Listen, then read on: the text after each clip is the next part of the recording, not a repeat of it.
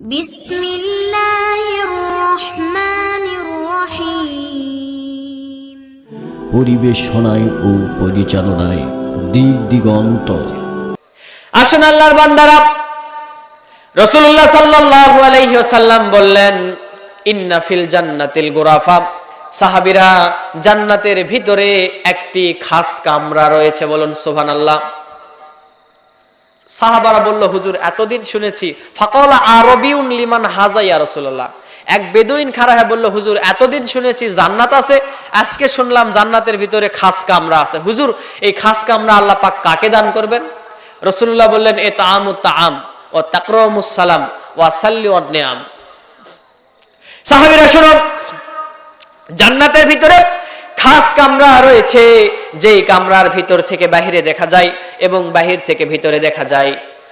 সাহাবারা বলল, হুজুর এতদিন শুনেছি জান্নাত রয়েছে, আজকে শুনলাম জান্নাতের ভিতরে কিছু খাস কামরা রয়েছে, আল্লাহ পাক কাকে দান করবে? রাসূলুল্লাহ বললেন, যে তার জবানকে সত্য করলো এবং ক্ষুধার্ত মানুষকে খাবার খাওয়ালো, আর চিনে অথবা চিনে না তাকে সালাম দিল, আল্লাহ পাক তাকে সেই খাস কামরা দান করবে, বলুন সুবহানাল্লাহ। তাহলে এখান থেকে পরিষ্কার যে ক্ষুধার্ত মানুষকে খাওয়ানো যাবে। আপনার বিবেকেই বলেন, একটা মানুষকে খাওয়ালে একটা মানুষের আত্মায় শান্তি হয় কিনা? একটা আপনার সাথে মহব্বত তৈরি হয় কিনা? হয় কিনা? তো মুসলমান যদি মহব্বত তৈরিও হয়, এখানেও সওয়াব, বলুন সুবহানাল্লাহ। কথা বুঝলেন? তো একটা মানুষকে খাওয়ালে রাসূলুল্লাহর হাদিস দ্বারা প্রমাণ হয়ে যাচ্ছে, জবানকে সত্য, ক্ষুধার্ত মানুষকে খাবার খাওয়ানো। আমাদের দেশে এক মৌলবী এসে ফতোয়াবাজি করেছে যে না, এগুলা করা যাবে না, হারাম হারাম হারাম হারাম হারাম। তো মৌলবী সাহেবকে আমি ফোন করে বললাম, ভাই একবারে রাসূলুল্লাহর হাদিসকে উল্টে দিলেন, এই মানুষকে খাওয়ানো হারাম হয়ে গেল, মরা বাড়িতে এই যে খাওয়ায় না। তো বলেছে যে না ভাই, আপনি হুজুর মানুষ, তো আমি হারাম এই কারণে বলেছি। তো আমি যখন গেলাম, যে দেখলাম যে ভাই ঘরের ভিতর আয়োজন করা হয়েছে, একটা ঘরের ভিতরে আয়োজন করা হয়েছে। ভাই যখন আমি জুতা খুললাম, জুতা খোলার সময় দেখলাম যে এখানে ক্ষুধার্ত মানুষের জুতা একটাও নেই।